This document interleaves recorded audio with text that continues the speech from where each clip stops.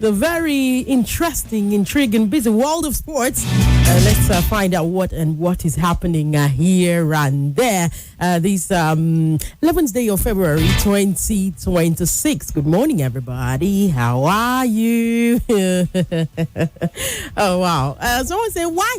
Actually, why is it that bad things always happen to good people? I'm like, so who are the good people and who are the bad people? It just leaves me wondering. I don't know if this haircutting Serere put Manchester United under any kind of pressure because people are beginning to talk about it. Like this doesn't even have any impact on the team. So why though? Do you think that that fan that's saying after 5 straight wins before he will cut his hair, do you think all that kind of put Manchester United under pressure last night? Okay, just in case you're wondering, matches were played in the Premier League yesterday, and I'll let us in on how he actually went, yes, from different places, but most importantly is that Manchester United's haircut, and then he will cut his hair, only when Manchester United are able to string a footsie at Nigeria Info Abuja. Yes, that's something big for everybody who's been listening. We've been counting down to something really big right here in Nigeria Conference 2026. Yes, Nigeria will take center stage in African road running as Lagos State hosts the Africa Running Conference 2026. It's a 2-day continental gathering designed to reshape the future of running and mass participation sport across Africa. Of course, the conference organized under the auspices of the World Athletics in collaboration with the National Sports Commission of Nigeria will hold on Thursday, which is tomorrow, February 12th. Yay! And that's for the workshop. And then on Friday 13th, the conference proper will happen. All these are happening ahead of the race proper, which is, for commercial purposes, it's tagged the Access Bank Lagos City Marathon. That one is scheduled for February 14th, 2026. So, the team is reshaping running and mass participation in Africa, embracing the global community. And this conference is looking to, bring together leading voices from global and African athletics, with sports governance, finance, mass participation platforms, to discuss sustainability and innovation and growth when it comes to road running right here in Africa. I am so excited.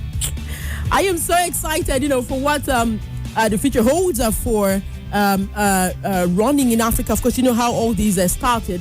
COVID brought a lot of people out. It was COVID that led us into all of these.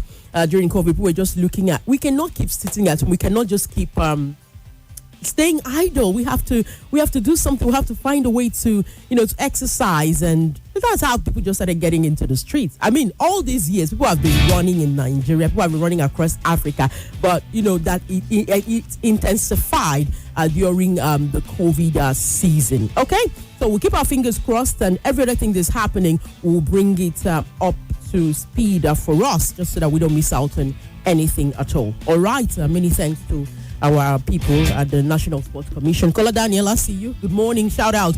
And away from that, let's quickly let you know that this one is the update we have for athletics. For football, let's quickly let you know that yesterday matches were played from the Premier League and into others. But let's just stick to the Premier League this morning, where they're having a match day 26. Yes, round of 26. That's what is up in the Premier League. And yesterday, it was just, would I say it was funny? Chelsea versus Leeds United happened. They ended at 2-0. We had 2 different times for the games yesterday. We had at 8:30 p.m. and then we had at 9:15. 3 fixtures happened at 8:30 and one for 9:15. Chelsea Leeds United happened by 8:30 and at 2-2.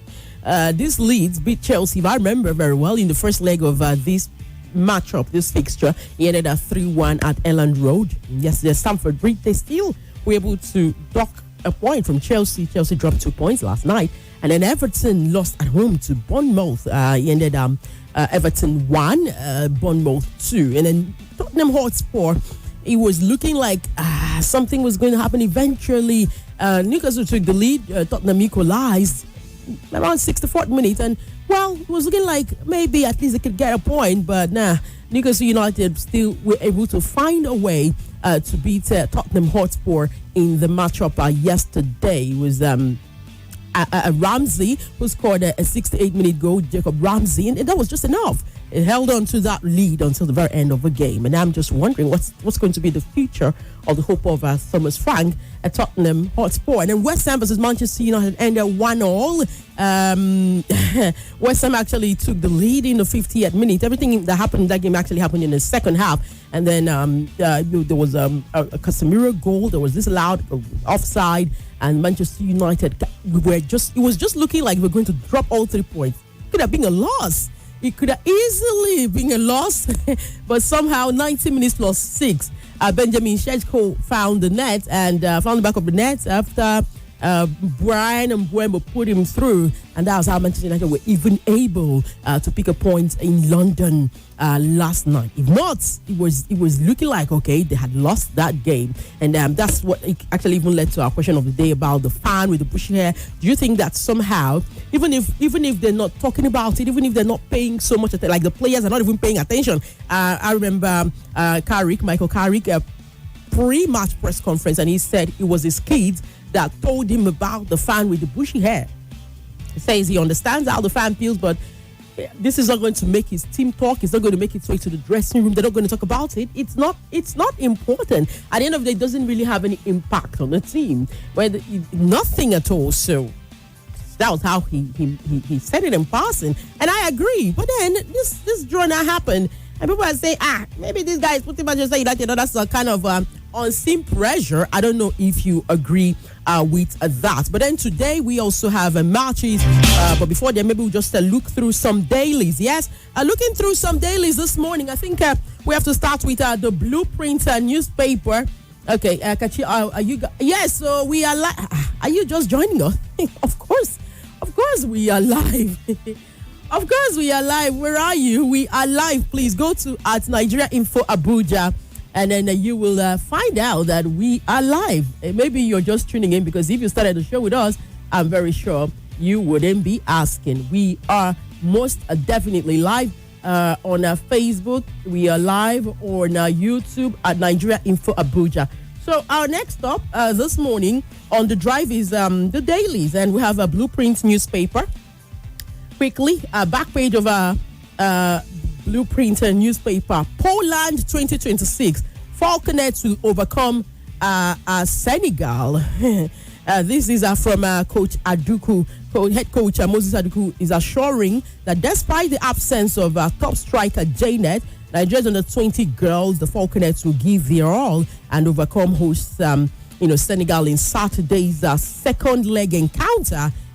Of course, that will be happening in Dakar. I think the squad will be traveling to Dakar today. Today is Wednesday. Yes, they'll be off to Dakar today. Please, we are here for all of it. We're sending all the goodwill and positive energy to the girls. This is quite very important. And the game in Nigeria was quite tough. In other news, Raja Casablanca orders just for Nwabali's Nord.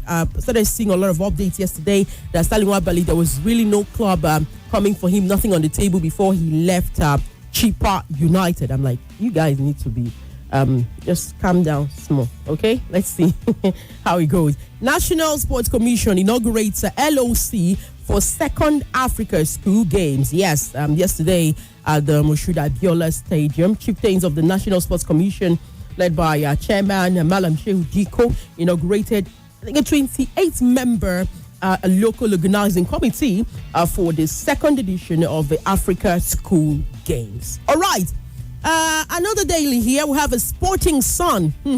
A lot of stories here on the Sporting Sun. Messi eyeing official return to Barcelona. Would you like that as a Barcelona fan, though? Would you love a Messi return? Okay. In tennis, the Sporting Sun is reporting that Carlos Alcaraz is topping the ATP rankings. Yes, Carlos Alcaraz has strengthened his grip on top of the ATP rankings. Doesn't look likely to relinquish the top sport anytime soon. Especially with his especially with his recent win in Australia. For people who are very up to speed, we reported it was all over the world. I mean, we saw what happened at the Australia Open. Carlos Alcaraz beating Novak Djokovic in the gentleman's final. So with that win, he was number one before then. With that win, that number one spot, he has even strengthened. I don't think he will be relinquishing that anytime soon. Israel Adesanya reveals a retirement boxing. All these you can find in the Sporting Sun. So they're reporting this morning. Okay, thank you. Can I do one more daily? Maybe I don't have the time. Okay, let's quickly let us know that in the Premier League today, 8:30 p.m., Aston Villa will take on Brighton and Hove Albion. Will Villa drop more points? Crystal Palace versus Burnley as well. 8:30, Manchester City versus Fulham. Do you remember the first leg of Manchester City versus Fulham? If you remember, you know the game ended up 4-5. They scored 9 goals in the first leg. Samuel Chukwueze came off the bench to tension City. I remember he scored 2 goals in that game. It was unbelievable at the end of the game. Pep Guardiola, like, boy, did you plan for us before coming out something like that? And there's also Nottingham Forest versus Wolves, and that game. Meanwhile, a lot of Arsenal fans will be watching. They will be watching, because they want for City to drop points. And then by 9:15 tonight, Sunderland versus Liverpool as well is another game. On WhatsApp, we have some messages. Okay, please tell that Manchester United man to go and cut his hair. Can't you tell him he should go and cut his hair before he becomes like Nebuchadnezzar? Chima from Apple is drawing allusions from the Bible this morning. He said before he becomes like King Nebuchadnezzar. Good morning, Kachi. I noticed that Chelsea fans have maintained a decorum, especially after losing to Arsenal home and away in the EFL Cup. And I will advise Manchester United to borrow such self-control from Chelsea. He said instead of focusing on a Final Four finish, they overnight.